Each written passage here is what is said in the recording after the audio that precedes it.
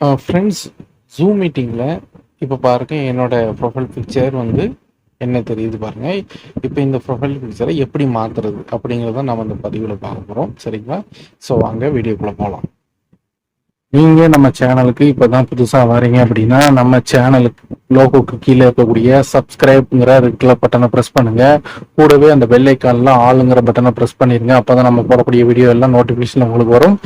So first உங்களுடைய zoom app அக்கௌண்ட்டை நீங்கள் என்ன செஞ்சுக்கிடுங்க, ஓப்பன் பண்ணிவிடுங்க. ஸோ ப்ரௌசரில் போய்ட்டு உங்களுடைய ஜூம் ஆப் அக்கௌண்ட் மை அக்கௌண்ட்டில் போய்ட்டு அதில் உங்கள் இமெயில் ஐடி பாஸ்வேர்ட் ரெண்டையும் போட்டு சைன்இன் பண்ணி உள்ளே போங்க. உள்ளே போனோன்னு ஃபஸ்ட்டு பாருங்கள், உங்களுடைய ப்ரொஃபைல் பிக்சர் தான் வரும், நேம் வரும். அதில் எடிட்னு ஒரு ஆப்ஷன் இருக்குது.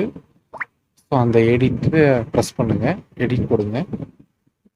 ஸோ இப்போ கீழே பாருங்கள், இதில் ஓல்டு ப்ரொஃபைல் பிக்சர் இருக்குது, கீழே சேஞ்சுன்னு சொல்லியிருக்கும். அந்த சேஞ்சை ப்ரெஸ் பண்ணுங்கள். ப்ரெஸ் பண்ணிவிட்டு புதுசாக என்ன பிக்சர் நீங்கள் வைக்க போகிறீங்களோ அந்த பிக்சர் கேட்கும்.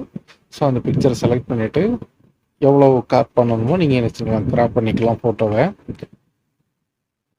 ஸோ கிராப் பண்ணி முடிச்சுட்டு சேவ்னு இருக்கு இல்லையா, சேவுங்கிற ஆப்ஷனை கொடுங்க.